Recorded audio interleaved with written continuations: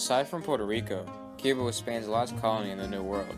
It had been governed by the Spanish monarchy from Madrid since 1511.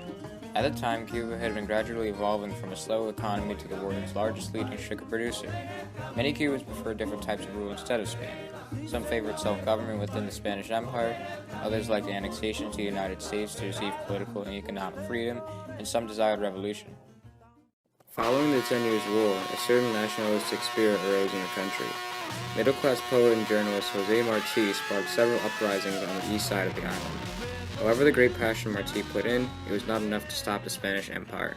He was killed in one of the first few battles.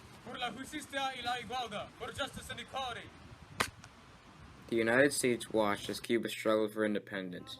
The U.S. had invested millions of dollars in Cuban businesses and traded with them. There were also many U.S. citizens who lived there. Presidents Grover Cleveland and William McKinley felt sympathy for Cuba and wanted to help in any way they could. On February 15, 1898, U.S. warship the USS Maine exploded, killing 262 sailors while visiting Havana, Cuba. Although unaware of the cause of explosion, the United States decided to blame Spain. Thus, the Spanish-American War began.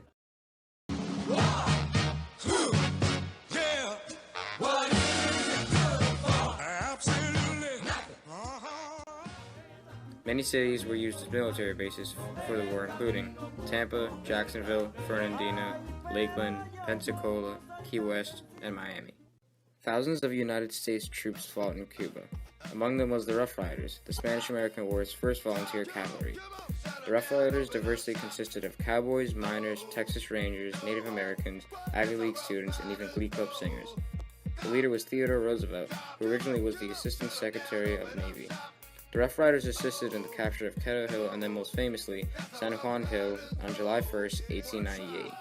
Roosevelt rode his horse, Texas, while the Rough Riders marched on foot. After their victory, only a few days later, Spain fled from Cuba. Do what you can with what you have, where you are. Speak softly and carry a big stick. The Spanish-American War lasted only 10 weeks. Overall, it destroyed the Spanish Empire and brought an American empire. On December 10, 1898, the Treaty of Paris was signed. The United States did not only receive Cuba, but also Puerto Rico, the Philippine Islands, and Guam. Cuba became an independent country instead of U.S. territory.